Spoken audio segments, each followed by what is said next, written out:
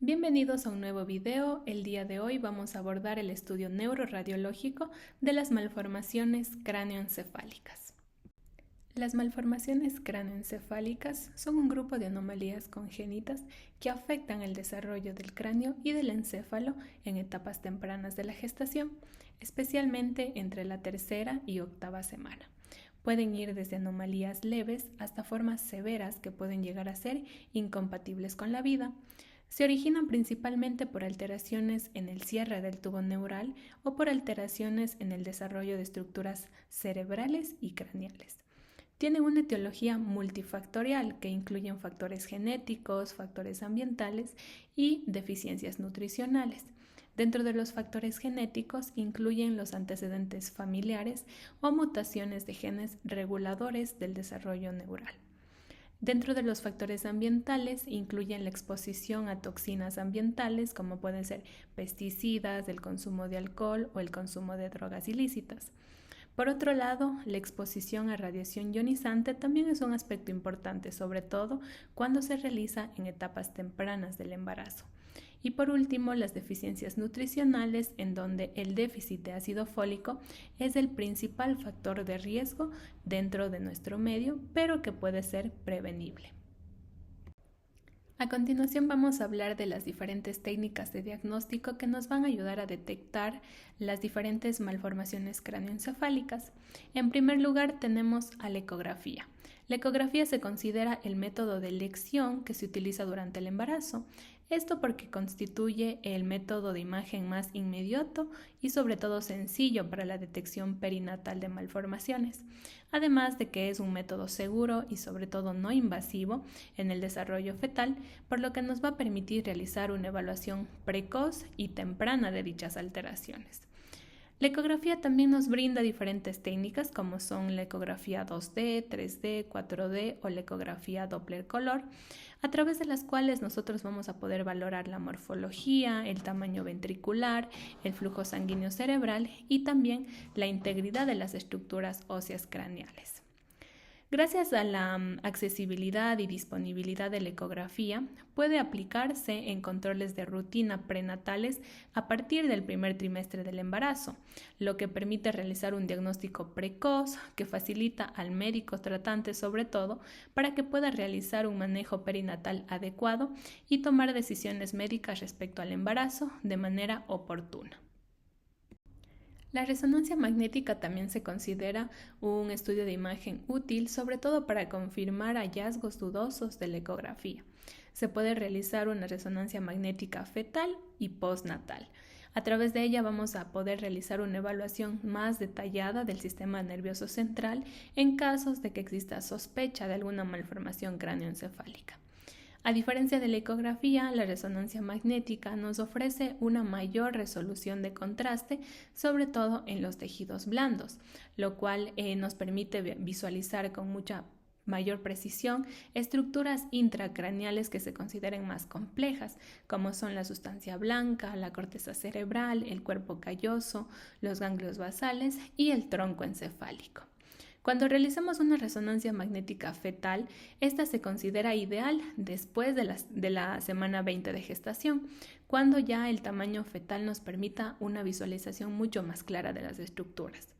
En cambio, cuando realicemos una resonancia magnética en el periodo postnatal, esta es fundamental para evaluar el desarrollo encefálico, el grado de afectación neurológica y ya planificar el tratamiento o seguimiento. Además de que al no utilizar radiación ionizante es mucho más segura tanto para el feto como para el recién nacido.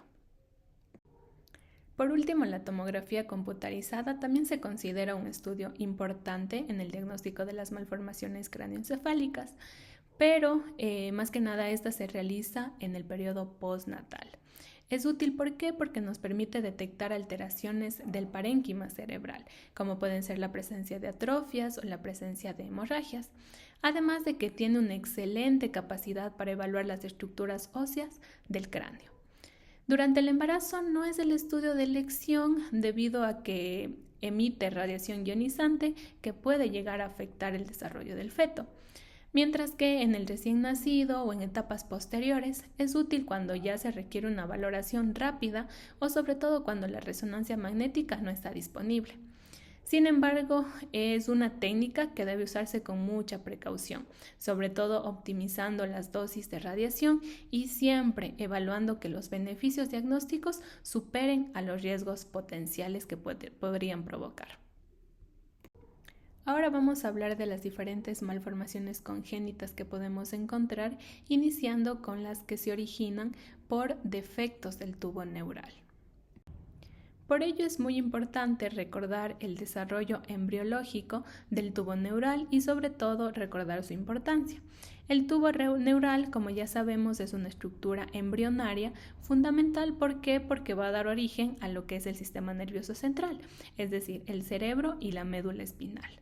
Se forma entre la tercera y cuarta semana de gestación a partir del ectodermo. Esta se desarrolla como tal a través de un proceso que se denomina neurulación. La neurulación inicia primero cuando el ectodermo se engrosa en la línea media para formar la placa neural, que luego se pliega y origina el surco neural. Los bordes de este surco neural se elevan formando como tal los pliegues neurales, que luego se fusionan progresivamente para dar lugar al tubo neural como tal. Luego de esto, el cierre del tubo neural, el cual es un proceso muy importante, comienza en la región media y avanza hacia ambos extremos, el neuroporo craneal y el neuroporo caudal. El cierre del neuroporo craneal ocurre alrededor del día 25, mientras que el neuroporo caudal se cierra alrededor del día 27. Este tubo da origen a lo que es el cerebro en su porción anterior y en su porción posterior da origen a la médula espinal. Ahora, ¿por qué es importante este proceso? Porque si este cierre falla, es justamente el que determina la aparición de los diferentes defectos congénitos. Ahora bien, dentro de estos defectos tenemos en primer lugar la anencefalia. La anencefalia es un defecto del tubo neural en el que gran parte del cráneo, del cerebro y del cuero cabelludo están ausentes, especialmente los hemisferios cerebrales. Esta es una condición que se considera incompatible con la vida. Los pacientes que presentan anencefalia se presentan con una cabeza aplanada, sin cráneo en la parte superior y con una exposición del tejido neural. El diagnóstico lo podemos realizar a través de una ecografía, en donde, como podemos ver aquí en este ejemplo, que vamos a observar primeramente la ausencia de los huesos del cráneo. Luego podemos visualizar ausencia también de hemisferios cerebrales, en donde el encéfalo está expuesto, como podemos visualizar aquí, y sobre todo desorganizado. El tejido craneal que está expuesto da un aspecto irregular, lo que se conoce como signo de la rana. Este signo se genera principalmente, ¿por qué? Porque los ojos del feto, como podemos visualizar aquí, se ven más prominentes. ¿Esto por qué? Por la ausencia del cráneo que se encuentra por encima, lo que le da la apariencia similar a una rana.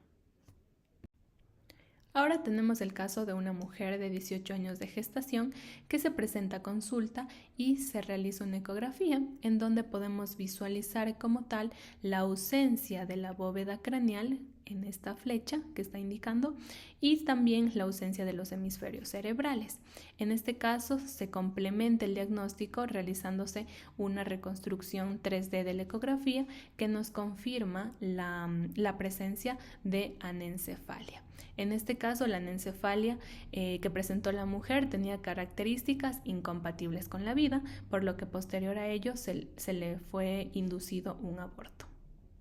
Ahora continuamos con el encefalocele, en el cual se produce una herniación del tejido cerebral o de las meninges, todo esto a través de un defecto óseo del cráneo, la cual va a estar cubierta ya sea por piel o por una membrana delgada. La localización más frecuente es en la región occipital. Ahora, las manifestaciones clínicas que presentan estos pacientes van a depender mucho del tamaño, del contenido del saco herniado o de la presencia de otras malformaciones. Pero, por lo general, los pacientes presentan retraso del neurodesarrollo, pueden presentar convulsiones, hidrocefalia, déficit motores o visuales, mientras que el tratamiento consiste como tal en realizarse una cirugía correctiva postnatal. Idealmente tiene que hacerse de manera temprana. Por ello es muy importante el diagnóstico precoz.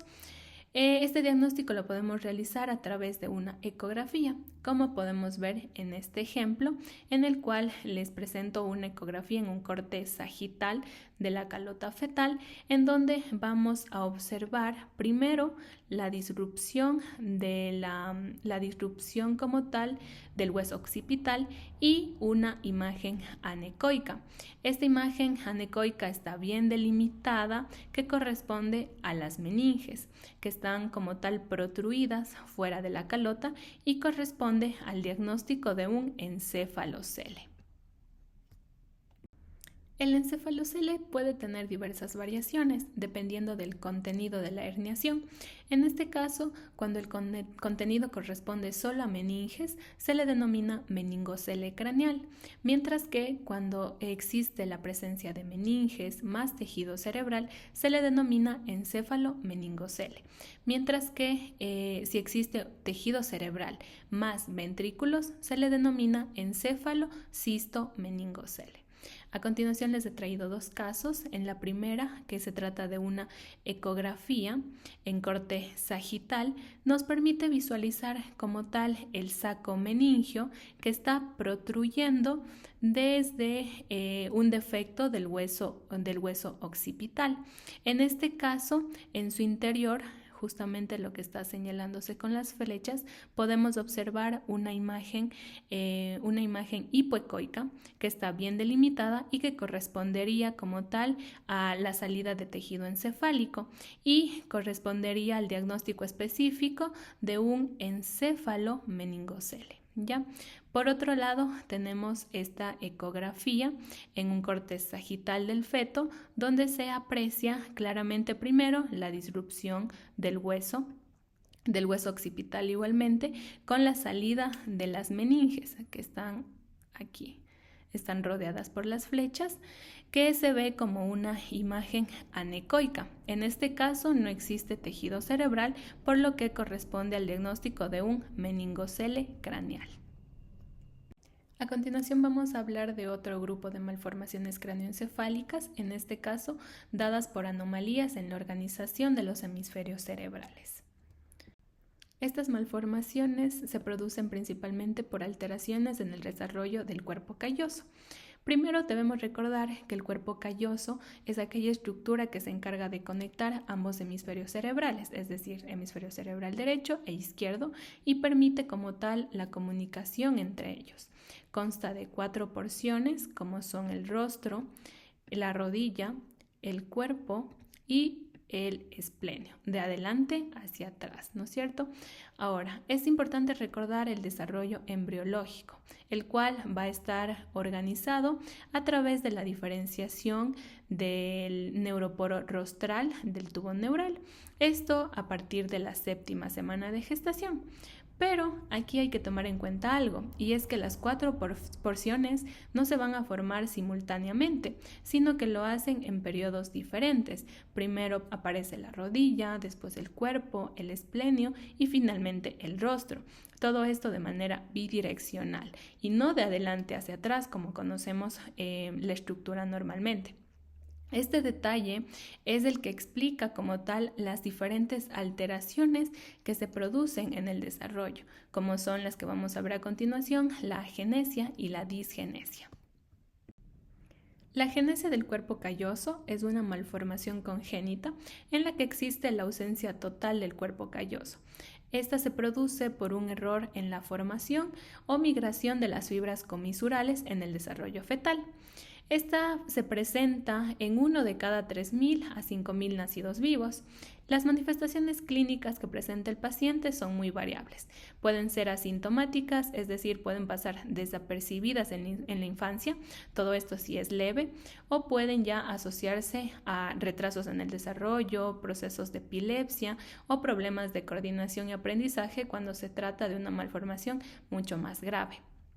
Aquí les he traído un estudio de una resonancia magnética cerebral potenciada en T2, en la cual nosotros podemos visualizar la ausencia total del cuerpo calloso, que está señalada con estas flechas, en la línea media. Esta es uno de los hallazgos más característicos de esta malformación. Otro hallazgo radiológico característico, además de la ausencia total del cuerpo calloso, que podemos visualizar en la resonancia magnética, ya que este es el método diagnóstico más preciso, es el signo del cuerno del toro. Este signo describe como tal el aspecto anormalmente separado y divergente de los cuernos frontales de los ventrículos laterales, los cuales toman una forma redondeada, como podemos visualizar aquí en este esquema, toman una forma redondeada y apuntada hacia los lados, en lugar de estar más próximos y paralelos como en un cerebro normal. Podemos visualizarlo aquí y en esta resonancia magnética cerebral potenciada en T2 en un corte coronal es en donde se puede visualizar de mejor manera este signo. En esta otra imagen, que es una resonancia magnética potenciada en T2, pero en un corte axial, muchos autores describen este mismo signo como el signo de la cabeza de alce. Igualmente, es un signo que como tal identifica la separación de las astas frontales, que están aquí señaladas con la flecha, frontales de los ventrículos laterales, pero, indica absolutamente lo mismo, pero se le conoce con otro nombre, sobre todo en los cortes axiales. Pasamos ahora con la disgenesia del cuerpo calloso. Esta es una malformación congénita que implica un desarrollo anormal e incompleto del cuerpo calloso.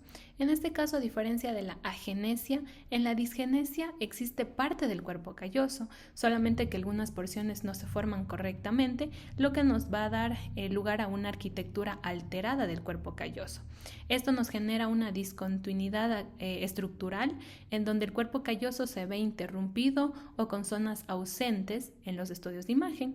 Al igual que en la agenesia, las manifestaciones clínicas van a ser muy variables, igualmente van a ir desde asintomáticas o acompañadas de trastornos neurológicos, retraso cognitivo, epilepsia, dependiendo de otras malformaciones asociadas o el grado de afectación. En cuanto a los hallazgos radiológicos, sobre todo en resonancia magnética, nos muestran una formación incompleta o anómala del cuerpo calloso, pero con mantenimiento parcial de algunas de sus porciones, mientras que otras están ausentes o mal formadas. ¿Ya? Aquí les he traído una imagen, es una resonancia magnética potenciada en T1 en un corte sagital, donde nos muestra como tal la hipoplasia del cuerpo posterior, es decir, aquí del esplenio y el rostro más anterior del cuerpo calloso. En este caso también está asociada con un lipoma pericalloso curvilíneo que podemos visualizar aquí, pero aquí lo importante es poder identificar la estructura alterada o la arquitectura alterada del cuerpo calloso. Ahora vamos a hablar de las malformaciones congénitas en el adulto. Estas hacen referencia a las anomalías congénitas del desarrollo cerebral que sintomatológicamente se inician en la edad adulta. Es decir, este tipo de procesos se diferencian de otras anomalías porque presentan alteraciones estructurales poco graves, lo que le permiten al paciente llegar a una edad adulta con pocos o en ocasiones no presentan ningún síntoma. Iniciamos con los síndromes neurocutáneos, que también se denominan facomatosis. Estos síndromes engloban varias enfermedades que se caracterizan principalmente porque ocurre una alteración en el desarrollo de la histogénesis y alteración en el desarrollo de varias estructuras que derivan del ectodermo, estas estructuras como el sistema nervioso central, que es en el cual nos vamos a enfocar en este momento. Para realizar el diagnóstico y también el seguimiento de estos pacientes, se recomienda realizarlo a través de una tomografía computarizada o también mediante una resonancia magnética de cerebro. Los síndromes más importantes de los cuales vamos a hablar ahora son la neurofibromatosis tipo 1, neurofibromatosis tipo 2, la esclerosis tuberosa, el síndrome de Sturge-Weber y la enfermedad de von Hippel-Lindau. La neurofibromatosis de tipo 1 representa más del 90% de los síndromes neurocutáneos, ya que este es 10 veces mucho más frecuente que la neurofibromatosis de tipo 2. Este se transmite de forma autosómica dominante, pero también existen casos en los que se presentan por una mutación espontánea. Las manifestaciones principales de estos pacientes incluyen la presencia de máculas hiperpigmentadas de color café, como podemos ver aquí, de bordes regulares, y a nivel neurológico los pacientes presentan retrasos cognitivos y también retrasos en el aprendizaje. Tenemos distintos hallazgos radiológicos que caracterizan a este síndrome. Primero, tenemos los focos de vacuolización de mielina. Estos en resonancia magnética, si los potenciamos en una secuencia de T1, se ven con una señal isointensa o hiperintensa. Son hallazgos que no captan contraste. Si los potenciamos en una secuencia de T2 o una secuencia FLAIR, se van a ver con una señal hiperintensa, en que se localizan en el cerebelo, la protuberancia, ganglios basales, sobre todo en los núcleos pálidos, también en el tálamo, radiaciones óptimas, los hipocampos, el esplenio del cuerpo calloso y con mucha menor frecuencia la sustancia blanca periventricular. Aquí les he traído dos casos en la imagen A y B, que son secuencias axiales potenciadas en T2 FLAIR. Podemos observar una hiperseñal. Aquí una hiperseñal que estoy señalando en ambos hipocampos y en los núcleos pálidos y en los tálamos como tal. También en la imagen C, que tenemos una resonancia magnética potenciada en T2, podemos observar una hiperseñal, en este caso, en ambos núcleos dentados cerebelosos, ¿ya? En la imagen D vamos a ver una imagen axial potenciada en T1, donde podemos visualizar las áreas de vacuolización como tal en los globos pálidos y también en los tálamos, que se muestran como una hiperseñal. Es importante destacar que los focos de vacuolización de mielina en los estudios de resonancia magnética no se identifican hasta antes de los 2 años de edad.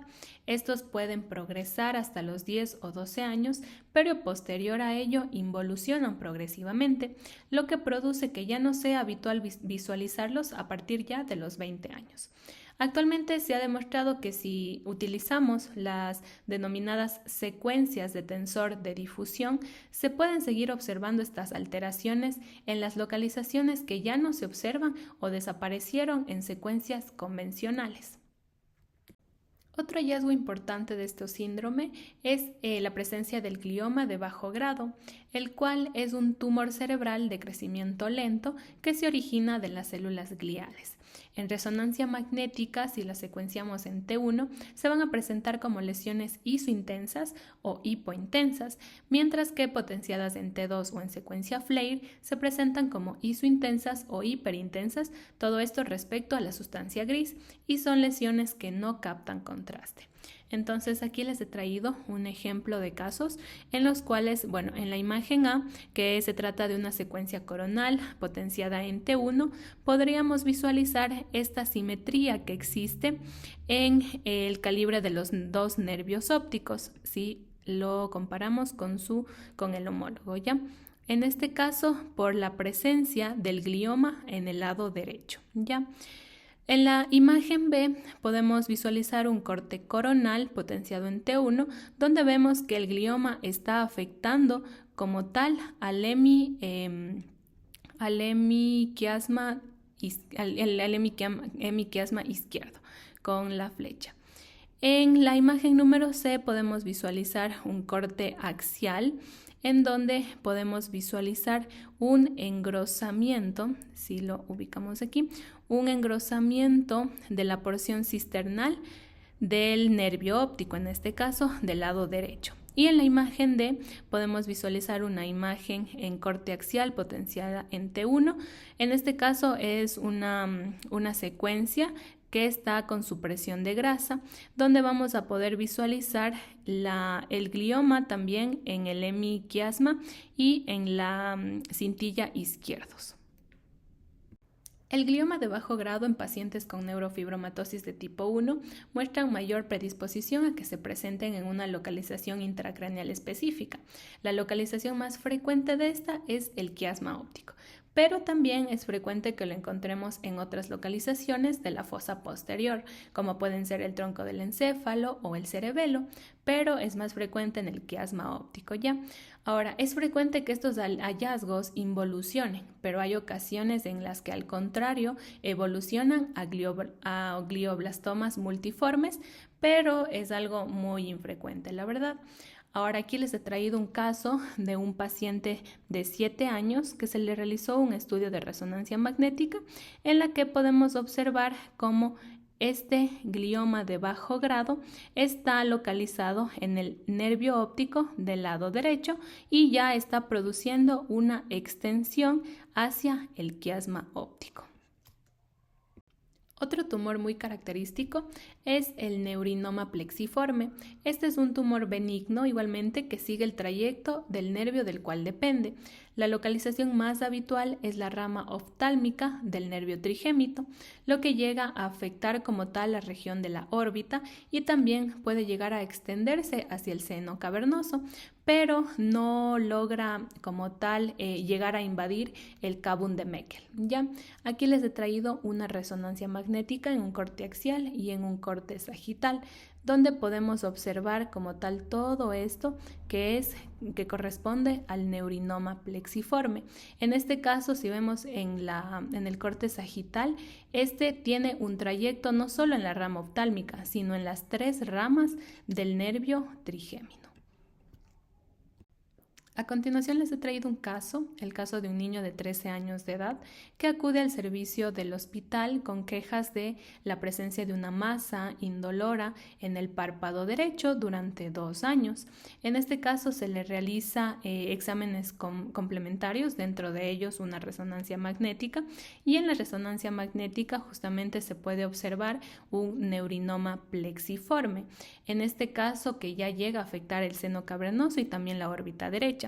Como podemos visualizar aquí en esta imagen, en un corte axial justamente potenciada en T2, se observa como una masa que está más o menos por aquí, que es una masa mal definida, sólida, que es levemente hipointensa, con un contenido infiltrante y expansivo que invade como tal la órbita, afectando ya el globo ocular. Mientras que en la imagen B podemos visualizar una imagen potenciada en T1 con contraste. Igualmente, aquí lo que observamos es cómo este tumor demuestra una captación y también se ve la invasión como tal hacia la órbita. Realmente es un caso muy interesante. Otras alteraciones estructurales, pero que son mucho menos frecuentes, asociadas también a este síndrome, es la displasia vascular. Esta se produce por lo general por la proliferación de la íntima vascular, con estenosis de la carótida común, la carótida interna o las cerebrales proximales. También se puede producir por el denominado fenómeno de Moyaboya, que hace referencia como tal a la progresión del desarrollo de las colaterales, y también se produce por el desarrollo de aneurismas, ectasias vasculares o fístulas arteriovenosas. En este caso les he traído un estudio de resonancia magnética en la cual podemos observar en la imagen A aquí justo señalada con esta flecha, una severa estenosis de la arteria, en este caso la arteria cerebral media izquierda.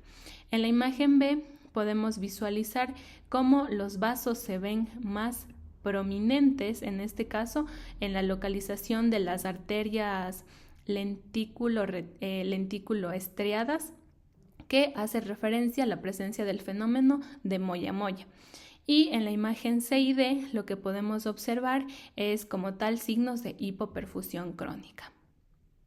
Estas displasias afectan fundamentalmente lo que es el esfenoides, pero es más característico que el defecto ocurra en el ala mayor del esfenoides, lo que produce una herniación y una protrusión intraorbitaria del lóbulo temporal, lo que da lugar a un exoftalmos. En esta imagen que les he traído aquí es una imagen que nos muestra como tal la displasia del ala mayor del esfenoides, como se puede ver aquí. También se puede observar una resorción ósea que se debe más que nada a la presencia del neurofibroma en esta localización, y también se ve que hay ocupación de partes blandas. A continuación les he traído dos casos. En la primera, donde podemos observar en una resonancia magnética potencia de T2 en secuencia FLAIR, una tumoración focal definida de aproximadamente 2 centímetros que es compatible con un glioma frontal del lado derecho. Mientras que en la imagen número 3 lo que podemos visualizar en una resonancia magnética, en una imagen axial potenciada en secuencia FLAIR igualmente, una lesión localizada en este caso, como podemos visualizar aquí, en el quiasma óptico, que igualmente es compatible con el glioma de vía óptica. Continuamos con otro síndrome, en este caso el síndrome de neurofibromatosis de tipo 2. Este es un trastorno genético autosómico dominante mucho menos frecuente que el síndrome de neurofibromatosis tipo 2. Se transmite de igual forma de forma autosómica dominante y suele presentarse por lo general al final de la adolescencia o también en adultos jóvenes. Las manifestaciones clínicas de este síndrome inician por lo general por la pérdida de audición unilateral, que en ocasiones se acompaña de vértigo o de acúfenos. También puede presentarse con cataratas subcapsulares prematuras que producen la disminución de la visión. En este caso podemos observar una imagen, una resonancia magnética potenciada en T1 en un corte axial, donde podemos visualizar como tal una masa que corresponde a un schwannoma acústico del lado derecho. Este es uno de los hallazgos que ya les voy a mencionar a más detalle más adelante, pero es el hallazgo más característico de este síndrome. Las manifestaciones intracraneales principales, y como ya mencioné al inicio, ayudan a distinguir de la neurofibromatosis de tipo 2 son los schwannomas. En este caso se presentan en edades muy tempranas, tanto en la infancia como en la adolescencia. Estas pueden ser múltiples y, como ya dije, bilaterales. Los schwannomas del octavo par craneal, es decir, del vestíbulo coclear, es el más frecuente en estos pacientes y a pesar de que este es el más frecuente, también puede afectar al resto de pares craneales, pero a excepción del nervio olfatorio y del nervio óptico. Esto por el hecho de que son tractos cerebrales y no nervios craneales, por lo tanto no pueden afectarse.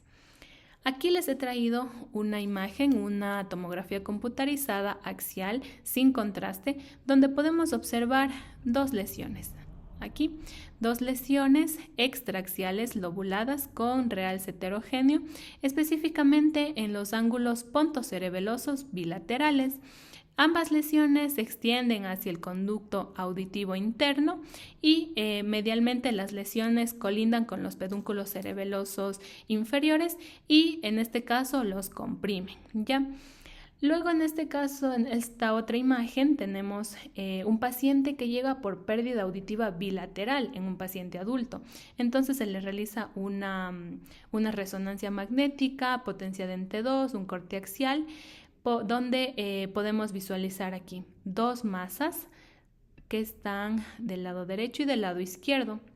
En este caso se localizan en el ángulo pontocerebeloso, en el cual el del lado izquierdo es de mayor tamaño. Ambos como tal se extienden hacia el conducto auditivo, el conducto auditivo interno y lo que nos hace pensar en un schwannoma acústico, en este caso bilateral, lo que coincide con el síndrome de neurofibromatosis de tipo 2. Otro tipo de tumor característico es el meningioma. Este por lo general suele ser múltiple y como se va a visualizar en este caso como masas extraaxiales. Si está potenciada en T1 se observan como masas isointensas o hipointensas, mientras que si está potenciada en T2 los tumores se ven ya isointensos o hiperintensos. Como podemos visualizar en estas imágenes, la presencia es muy notorio de las masas que corresponden a meningiomas y como mencioné suelen ser múltiples. Aquí en este caso son masas que sí captan contraste.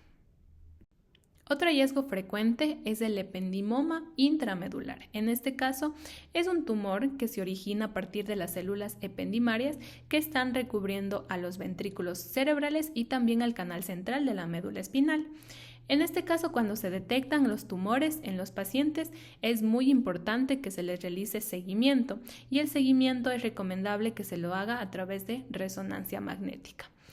En casos de que pacientes, por ejemplo, sean asintomáticos, pero que tengan un historial o antecedentes familiares, se aconseja que los estudios se realicen entre los 10 a 12 años.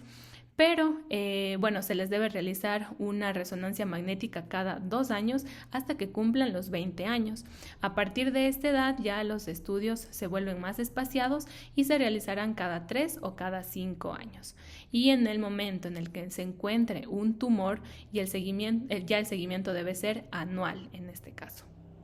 Ahora aquí les he traído dos ejemplos. En la primera podemos visualizar una resonancia magnética en un corte axial donde podemos observar justamente aquí una masa mixta. Se le denomina mixta ¿por qué? Porque tiene contenido tanto sólido como quístico, en este caso, que es una masa que surge del cuarto ventrículo y es lo que está causando, si podemos observar, como un efecto de masa sobre todo el tronco encefálico.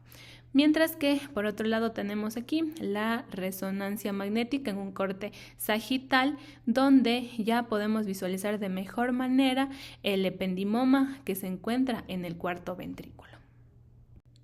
Continuamos con otro síndrome, en este caso la esclerosis tuberosa.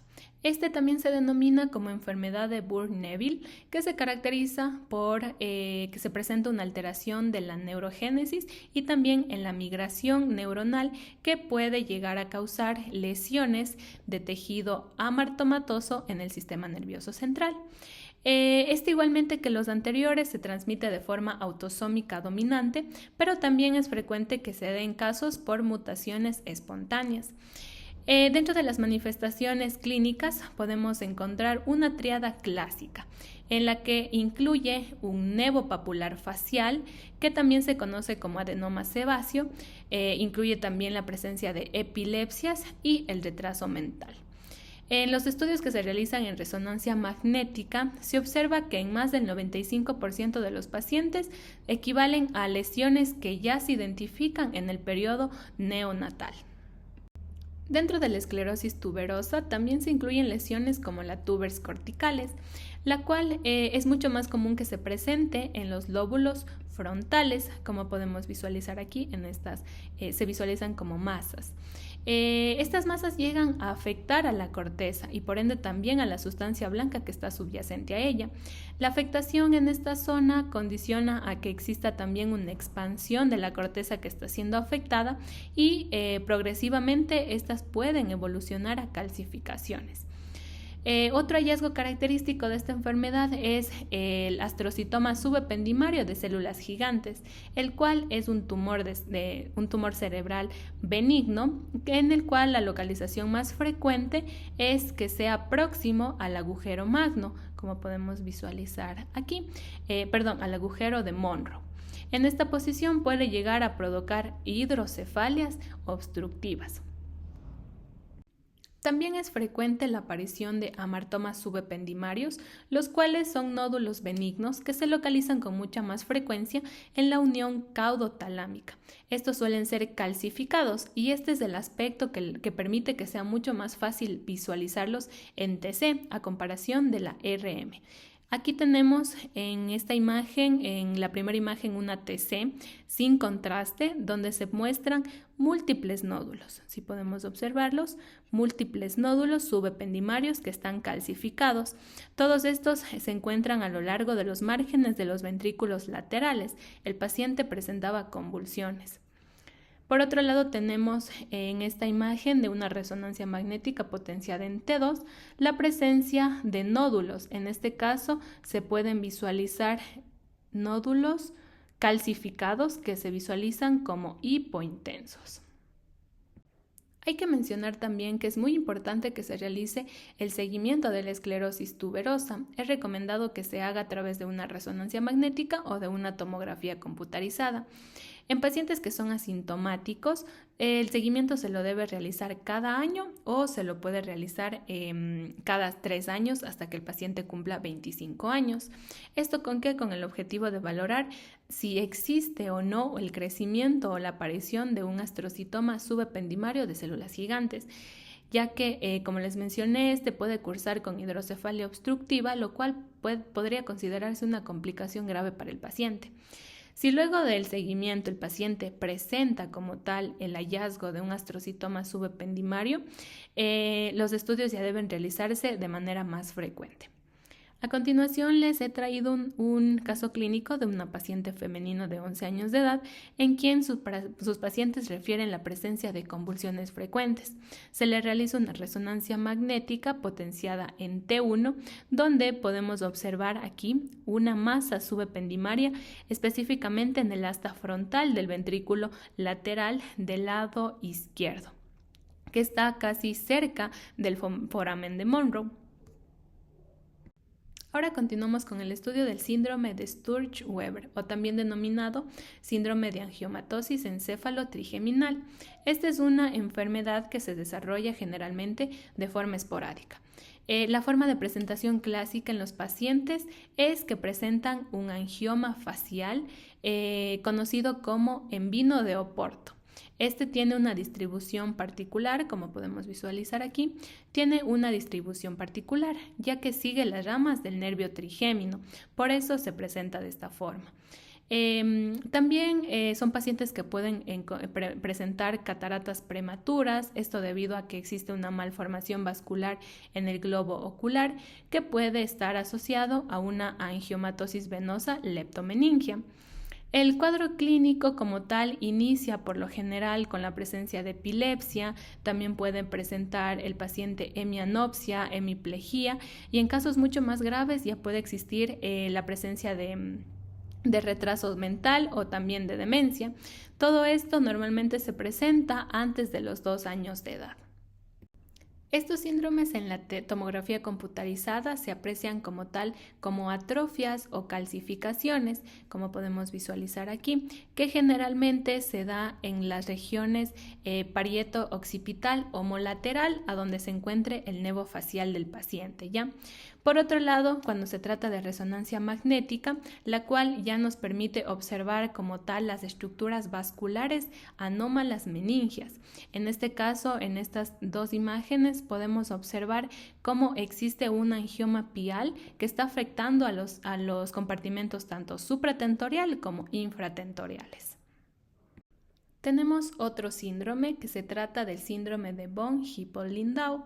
Este se caracteriza como tal por la aparición de tumores benignos y también malignos que se sitúan generalmente en la fosa posterior. Por lo general es más frecuente que se encuentren en el cerebelo. Esto representa alrededor del 40 al 60%. Igualmente se transmiten de forma autosómica dominante. Los pacientes por lo general presentan mayor predisposición a que generen neoplasias renales, esto en un 40%, o que generen también feocromocitomas, esto en un 10% de los pacientes. La apariencia radiológica de estos como tal es de un nódulo vascular rodeado por uno o varios quistes, como podemos observarlo aquí, de contenido. Estos quistes son de contenido rico en proteínas que por lo general se encuentran en una localización cerca a la superficie pial y a menudo también en los hemisferios cerebelosos. Otro tipo de tumor que puede presentarse en estos pacientes son los carcinomas del saco endolinfático. Este es un tumor que debe sospecharse en pacientes que debuten más que nada con una hipoacusia neurosensorial. Estos tumores producen una destrucción de la pared posterior de la pirámide del hueso petroso, precisamente en la localización anatómica del saco endolinfático. Por eso es que se presenta clínicamente como una hipoacusia neurosensorial. En este caso, aquí les he traído una tomografía computarizada en un corte axial, en donde podemos observar cómo el tumor que se localiza aquí está produciendo ya una destrucción y remodelación ósea que está señalada con la flecha, esto con una espiculación ósea intratumoral. En la siguiente imagen tenemos una resonancia magnética secuenciada en T1 sin contraste, en un corte axial donde podemos observar aquí señaladas con las flechas ya el tumor como tal, el tumor del saco endolinfático. En este caso es compatible con un síndrome de von Hippel-Lindau, pero hay que recalcar que estos tumores en este caso se están presentando de manera bilateral. Ahora vamos a hablar de las malformaciones de la fosa posterior.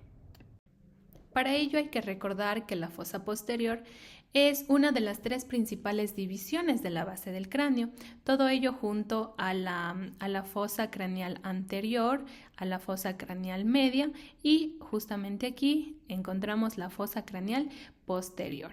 Esta es la fosa craneal más profunda y la que aloja estructuras cerebrales muy importantes, como son el tronco cerebral y el tronco encefálico y el cerebelo.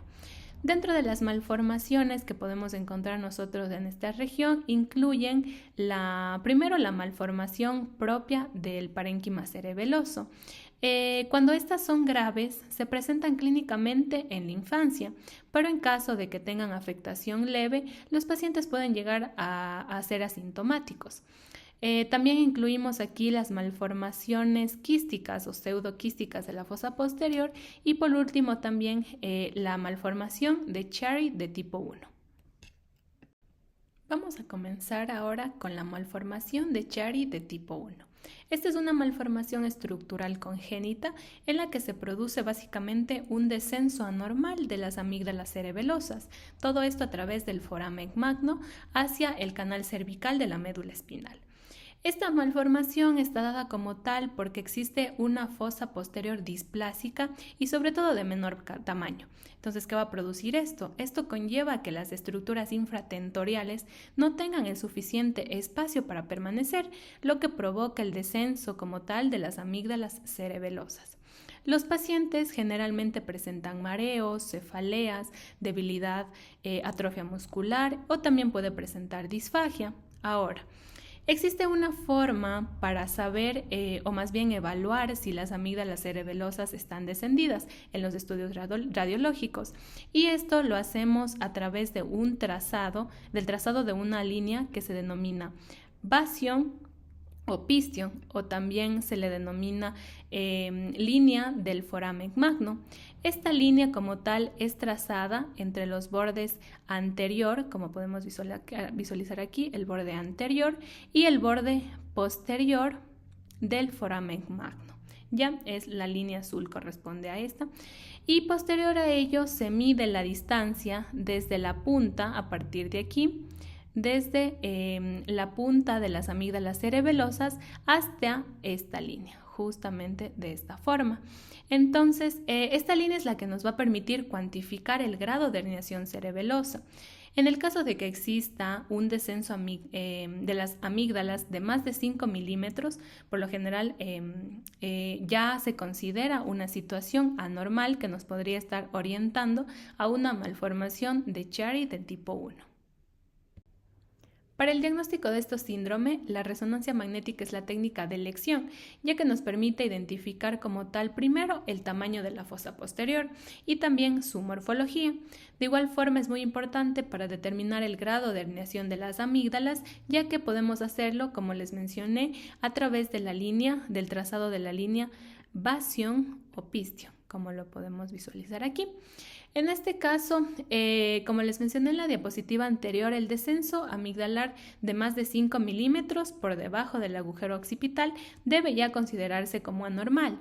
Sin embargo, hay autores en los que mencionan que ya cuando existe un descenso amigdalar a partir de los 2 milímetros, ya se puede diagnosticar una malformación de Chiari tipo 1.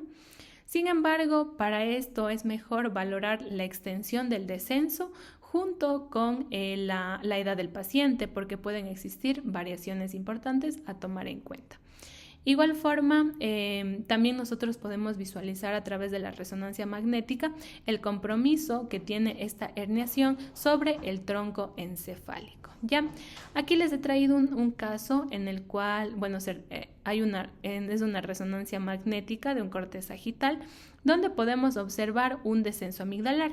Este caso nos dio que había un descenso de 10.8 milímetros, lo que ya nos haría sospechar de una malformación de Chiari de tipo 1. La resonancia magnética también nos permite identificar alteraciones óseas asociadas, también podemos identificar hidrocefalia. Estas por lo general se produce como una consecuencia del bloqueo de la circulación del líquido cefalorraquídeo, esto en los agujeros de la salida del cuarto ventrículo. Todo ello se produce producto a la herniación como tal de las amígdalas cerebelosas. También detecta alteraciones como la siringomielia, que básicamente es la formación de una cavidad o un quiste que está lleno de líquido cefalorraquídeo en el interior de la médula espinal, ¿ya? Aquí les he traído un caso de un paciente masculino de 5 años de edad que presenta dolor de cabeza frecuente, cefalea frecuente, sin déficit neurológico. En este caso se le realiza en la primera imagen, que es una TC, se puede observar un descenso caudal de las amígdalas cerebelosas de aproximadamente unos 15 milímetros a través todo ello del foramen magno. En este caso, la punta inferior de la amígdala herniada se observa a la altura de la placa terminal inferior del cuerpo vertebral de C2. También podemos observar aquí que en este caso hay una siringohidromielia asociada. Las manifestaciones clínicas de los pacientes con estas malformaciones van desde síntomas muy leves como cefaleas o mareos, pero también pueden tener síntomas mucho más graves como debilidad, atrofia muscular o disfagia, que ya lo mencioné anteriormente. De acuerdo a esto, el tratamiento terapéutico no es específico, sino va a depender del grado de afectación. En caso de que existan síntomas leves, el tratamiento solamente serán administración de calmantes o relajantes musculares. Pero si ya existen complicaciones mucho más graves, ya el tratamiento, la mejor opción sería un tratamiento quirúrgico. En este caso, les presento un paciente de 2 años de edad que acude a consulta de pediatría por episodios puntuales de cefalea, en este caso occipital.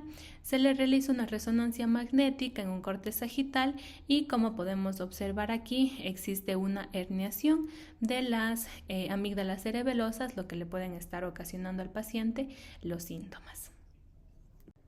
Ahora continuamos con malformaciones quísticas. En primera instancia tenemos la megasisterna magna. Este es un trastorno que se caracteriza por una expansión o dilatación de la cisterna magna. La cisterna magna, como sabemos, es aquella que comunica libremente con los espacios subaracnoidos perimedulares.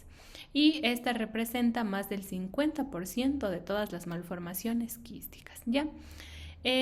Un poco hablando de la localización de la cisterna magna, como sabemos se sitúa inferior al vermis cerebeloso inferior y se extiende inferiormente hasta el nivel de la primera vértebra cervical, mientras que anteriormente se extiende hasta el agujero de Magendie y posteriormente existe una membrana aracnoidea, la cual está separando la cisterna magna de la cisterna supravermiana.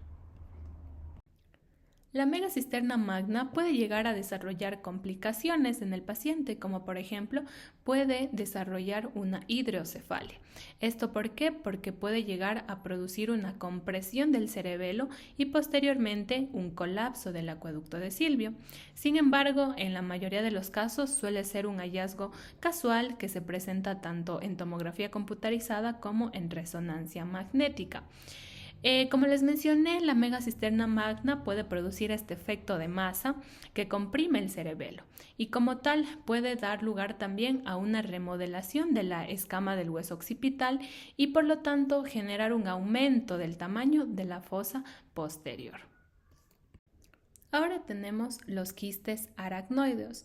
Estos corresponden básicamente a colecciones de líquido cefalorraquídeo que se desarrollan como tal en el seno de las capas de la membrana aracnoidea. Estos no comunican libremente con los espacios subaracnoideos, a diferencia de la megacisterna magna. En este caso, su localización más frecuente es en la fosa posterior, ya sea retrocerebelosa o también puede tener una localización lateral. En este caso, rodea los hemisferios cerebelosos, ocupando los ángulos pontocerebelosos. Estos quistes, al igual que la megacisterna magna, tienen la capacidad de provocar compresión de estructuras adyacentes y provocar complicaciones como por ejemplo la aparición de hidrocefalia. Ahora, para el diagnóstico de estos quistes se puede hacer a través de tomografía o resonancia magnética, pero en muchas ocasiones es un poco imposible diferenciarlos de otro tipo de quistes, como puede ser la megacisterna magna. Por esta razón, los estudios más apropiados para ello se consideran a la cisternografía por tomografía computarizada o los estudios dinámicos de líquido cefalorraquídeo por resonancia magnética, ya que estos nos permiten determinar si existe una comunicación como tal entre el quiste y los espacios subaracnoideos. Para determinar si se trata de un quiste aracnoideo, recordemos que no comunica con estos espacios a comparación de una megacisterna magna que sí comunica. Entonces estos van a ser los estudios que nos permitan hacer el diagnóstico diferencial. También tenemos la presencia del quiste de la bolsa de Blake. Este quiste se produce como consecuencia de un fallo en la regresión de la bolsa de Blake. Esta bolsa se forma como consecuencia de una imperforación del canal de Magendie y en resonancia magnética se puede observar que este quiste comunica con el cuarto ventrículo. Si realizamos un estudio de resonancia magnética, aquí podemos observar cómo este quiste puede provocar un efecto de masa, que igualmente puede llegar a comprimir, en este caso, el vermis cerebeloso inferior y también el margen caudal de la superficie medial de los hemisferios cerebelosos. Además, es frecuente que este quiste esté asociado también con la presencia de hidrocefalia. Esto más que nada está dado por la imperforación que existe en el canal de Magendie. Finalmente, los estudios dinámicos de la resonancia magnética, a comparación del caso anterior, no es el mejor método diagnóstico, ya que no permite como tal diferenciar un quiste de la bolsa de Blake de un quiste aracnoideo. Y para finalizar con esta presentación vamos a hablar de la malformación de Dandy-Walker. Esta es una malformación que se caracteriza porque existe una enmarcada hipoplasia y sobre todo malrotación vermiana, además de que existe la ausencia del cuarto ventrículo, lo que nos permite que en la fosa posterior quede ocupada por un quiste posterior.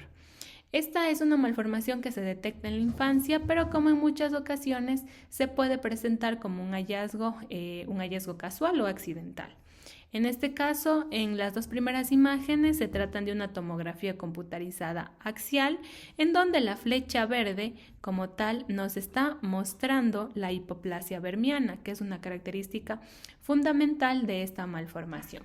Por otro lado, tenemos una resonancia magnética potenciada en T2 de un niño masculino, un paciente masculino de 2 años de edad, en donde se puede evidenciar una fosa posterior anormal, ya que en este caso el vermis está hipoplásico rotado hacia arriba y por debajo se presenta, como podemos observar aquí, justamente aquí, se presenta un gran espacio quístico que se continúa como tal con el cuarto ventrículo. Esta fosa posterior, por ende, está elevada. Muchas gracias por su atención, espero que les haya parecido interesante este tema y nos vemos en el siguiente video.